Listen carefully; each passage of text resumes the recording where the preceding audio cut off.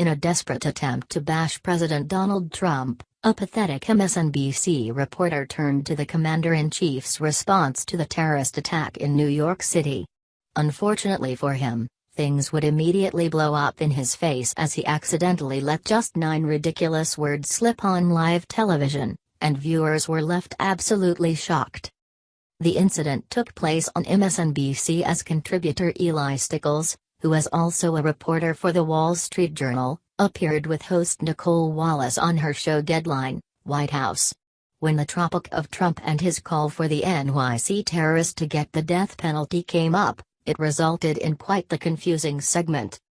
Of course, we've heard the very old and very tired claims that Trump is a racist, a bigot, and white supremacist, but it seems that the left isn't done parading around the worn-out names. In fact, Stickles would essentially do that in a roundabout way with the confusing accusations he made about Trump. After being asked what he thought about Trump's response to the NYC terrorist, Stickles left viewers downright shocked with what he accidentally let slip on live television. As it turns out, the man asked why he didn't do the same for the white gunman involved in the recent Las Vegas shooting. Yes, he's referring to the white shooter who is already dead when criticizing Trump for not saying that the dead gunman should also get the death penalty. No, I'm not making this up. The unifying thread is sort of the broad politics of Donald Trump, the ethnocentric nationalism. He did not react this way when a white person shot dozens of people in Las Vegas.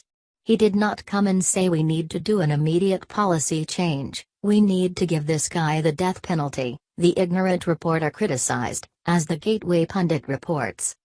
Of course, there was just one problem with his remarks, and the last part obviously left viewers shaking their heads since you can't give the death penalty to someone who already blew their own brains out and is dead already.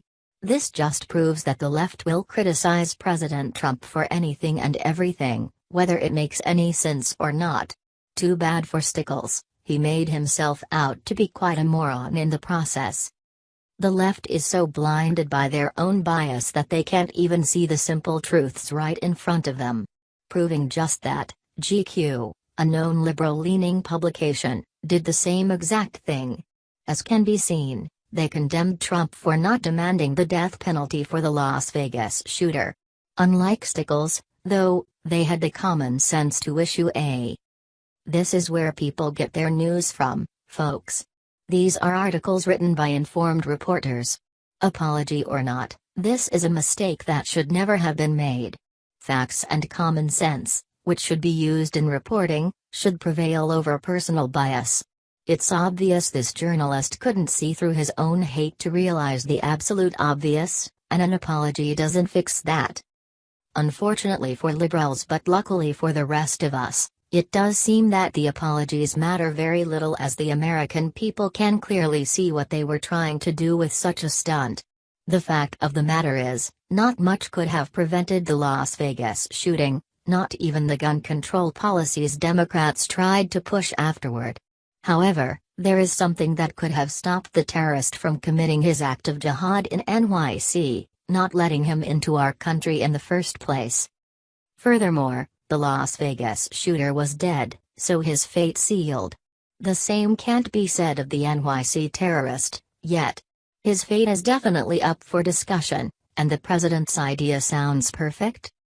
Fake news networks are mad about their reputation, but they invite clowns like this on their networks to spew the most ridiculous crap this country has ever heard, crap that doesn't even make any sense, and they do it with a straight face. If the liberal mainstream media is going to get any credibility back, they're going to want to start looking at things objectively.